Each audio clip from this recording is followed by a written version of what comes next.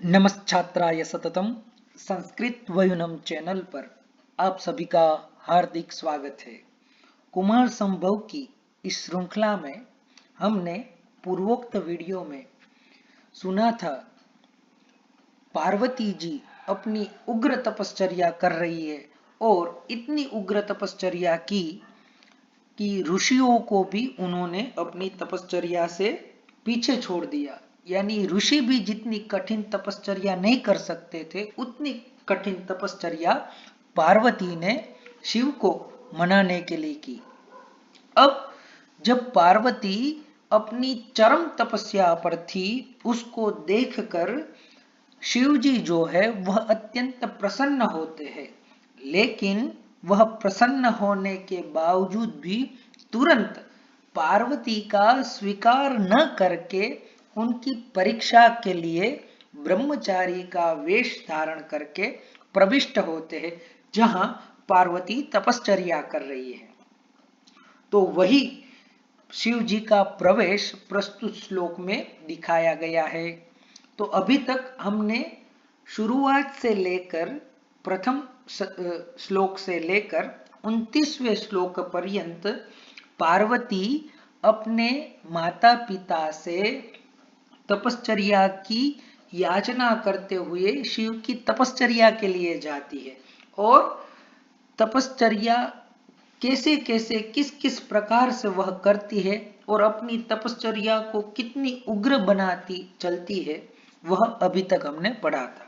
अब 30वें श्लोक में शिव जी उनकी तपश्चर्या से प्रसन्न होकर उनकी परीक्षा के लिए आए हैं। तो प्रस्तुत श्लोक में शिव जी का प्रवेश और उनके स्वरूप कथन को कहा गया है। तो सबसे पहले श्लोक को पढ़ते हैं। अथाजिनाषाढदरः प्रगल्भवाक् ज्वलन्निव ब्रह्ममयेन तेजसा विवेश कश्चित् जटिलस्तपोवनं शरीरबद्धः प्रथमाश्रमे यथा शरीरबद्धः प्रथमाश्रमे यथा। कहते हैं कालिदास अथाजिना षाढधरः, अथ अनंतरम, ठीक है। अथ शब्द जो है वह काफी सारे अर्थों में प्रयोग होता है। मंगलानंतरारंभ प्रश्न कार्ष्णेषु अथो अथ, ऐसा अमर कोश में कहा गया है। मंगल के अर्थ में, अनंतर यानी बाद के अर्थ में, प्रश्न के अर्थ में। तो यहाँ तो 30वां श्लोक है तो प्रारंभ तो नहीं हो रहा है, तो उसके बाद में ऐसा यानी चित्र, एक दूसरा चित्र दिखाते हुए कालिदास अथ शब्द का प्रयोग करते हैं। यानी पार्वती की तपश्चर्या जब उग्र हो गई तब उसके बाद में अजीनाषाढ़धरः, अजिन कहते हैं कृष्ण मृग को, काला जो हिरण है उनके जो चर्म है उनको अजीन कहते हैं, और आषाढ़ कहते हैं पलाश को। पलाश का पेड़ होता है तो उस पलाश के पेड़ को, पेड़ या पेड़ की लकड़ी को आषाढ़ कहते हैं, यानी आषाढ़ से उत्पन्न हुआ आषाढ़। तो ब्रह्मचारी का ऐसा वेश होता है। प्राचीन समय में हमारी भारतीय ज्ञान परंपरा में, वैदिक युग में जो ब्रह्मचारी थे वह अजीन यानी कृष्ण मृग चर्म और हाथ में पलाश दंड जो है वह धारण करते थे, वही उनका प्रतीक होता था। और कैसे थे? प्रगल्भवाग, उनकी वाणी कैसी थी? प्रगल्भ थी, यानी बोलने में वह चतुर थे, वार्तालाप कुशल थे। ज्वलन इव ब्रह्ममयेन तेजसा, और जैसे अग्नि देदीप्यमान होती है वैसे ही वह व्यक्ति, वह शिव जी जो है ब्रह्मचारी वेश में आए हुए शिव जी, क्योंकि साक्षात भगवान ही थे, तो वह अपने ब्रह्ममयी तेज से, ब्रह्म प्राचुर्य से, वह अपने तेज से जानो देदीप्यमान होते हो ऐसे दिखाई देते थे। और विवेश कश्चित जटिल तपोवनम, ऐसे जटा वाले शिव जी ने जहां पार्वती तपश्चर्या कर रही थी उस तपोवन में प्रवेश किया और शरीरबद्ध प्रथमाश्रमे यथा। तो कैसे लग रहे थे शिव जी? तो प्रथमाश्रम में साक्षात ब्रह्मचारी ने शरीर का रूप धारण करके आए हो ऐसे लग रहे थे। यानी ब्रह्मचर्याश्रम जो है उनका कोई मूर्तिमंत स्वरूप तो है नहीं आदर्श, लेकिन साक्षात ब्रह्मचर्य जो है वह इनके शरीर में प्रविष्ट करके कह रहा हो कि मैं ब्रह्मचारी हूं, यह होता है ब्रह्मचारी। ऐसे शिव जी ने ब्रह्मचारी के वेश में जहां पार्वती तपश्चर्या कर रही थी वहां पर प्रवेश किया। अन्वय देखते हैं। अथ अजीनाषाढ़धरः, अथ प्लस अजीन, यहाँ पर अकह सवर्ण दीर्घ इस सूत्र से संधि हुई है, इसलिए होगा अथ अजीनाषाढ़धरः। प्रगल्भवाग यानी वार्तालाप कुशलः। फिर ब्रह्ममयेन तेजसा ज्वलन इव कश्चित् जटिलः शरीरबद्धः प्रथमाश्रमे यथा तपोवनम विवेश। तो इस प्रकार से इस श्लोक का अन्वय हुआ। मल्लिनाथ जी की संजीवनी टीका का अध्ययन करते हैं। तो अथ यानी अनंतरम, मैंने बताया ना मंगलानंतरारंभ प्रश्न कार्ष्णेषु अथो अथ, इसलिए यहाँ पर मल्लिनाथ भी वही बात को सूचित करते हुए अनंतर इस अर्थ में अथ शब्द का प्रयोग हुआ है वह निर्दिष्ट करते हैं। फिर कहते हैं अजीनम यानी कृष्णम मृगत्व, ठीक है। तो कृष्ण मृग की त्वचा को, खाल को ही अजीन कहा जाता है। फिर कहते हैं आषाढ़, तो आषाढ़ की व्युत्पत्ति बताते हैं। आषाढ़ प्रयोजनम अस्य इति आषाढ़, आषाढ़ यानी पलाश से जिसका प्रयोजन है वह आषाढ़। पालाश दंड, ठीक है, तो पलाश के पेड़ के शाखा का जो दंड होता है उसको भी आषाढ़ कहते हैं। तो यह शब्द अच्छा याद रखने जैसा है कि यदि कहीं पर वाइवा हो या कुछ लोग आप साहित्य के छात्र हो तो कोई पूछ ले अथा जिना षाढ़ दर प्रगल्भवाग, वहां पर आषाढ़ का क्या अर्थ है, ठीक है। तो यहाँ पर आषाढ़ यानी आषाढ़ महीने में होने वाला नहीं, लेकिन आषाढ़ यानी पालाश दंड, ठीक है। अमरकोश में भी कहा गया है पालाशो दंड आषाढ़, पलाश का जो दंड है उसको ही आषाढ़ कहते हैं।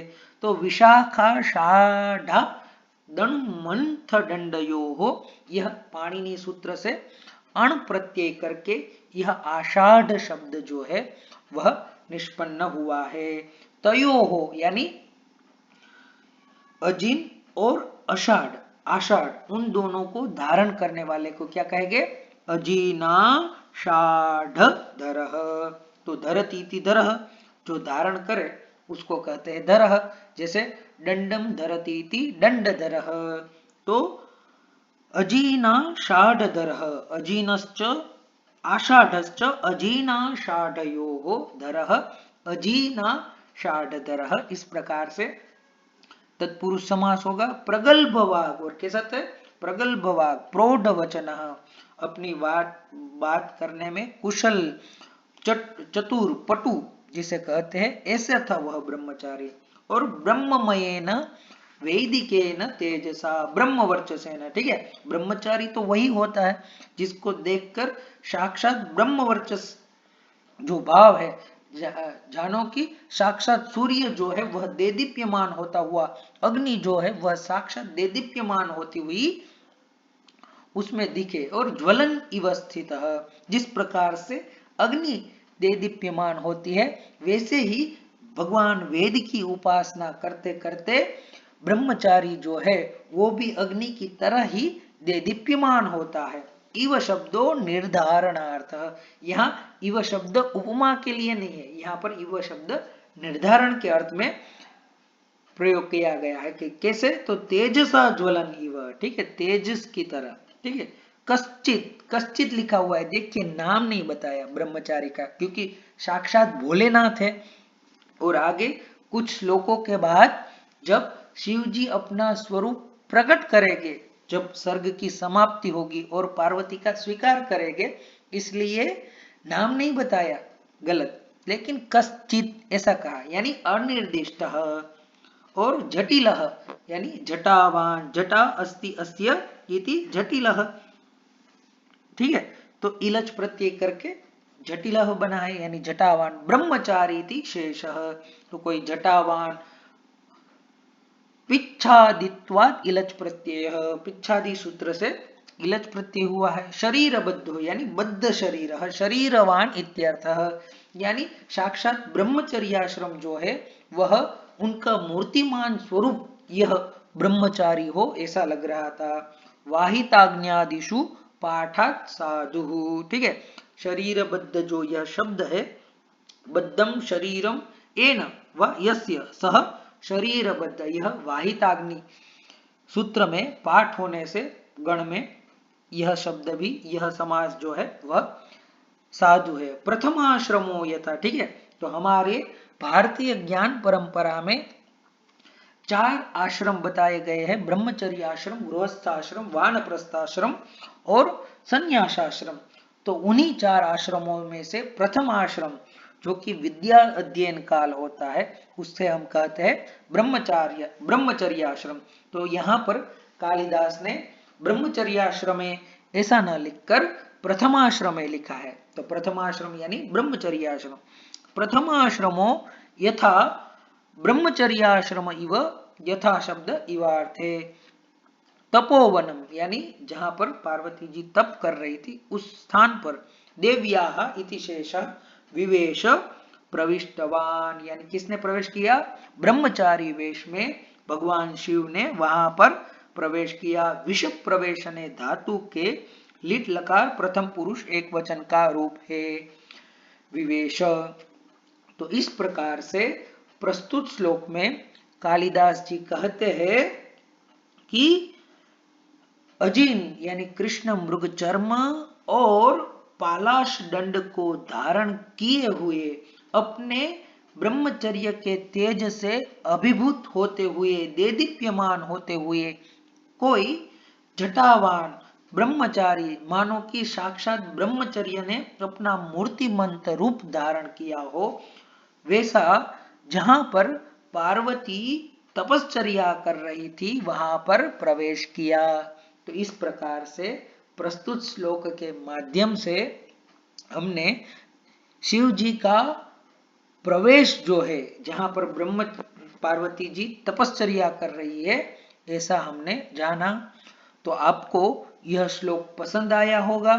यदि यह श्लोक पसंद आया हो, मल्लीनाथ की संजीवनी टीका आपको समझ में आई हो, कुछ नए अभिगम के साथ आपका अध्ययन हुआ हो, तो इस वीडियो को लाइक करें, अपने अन्य समूह में इसे प्रेषित करें, और अभी तक आपने संस्कृत वयुनम चैनल को सब्सक्राइब नहीं किया है तो सब्सक्राइब करें संस्कृत वयुनम।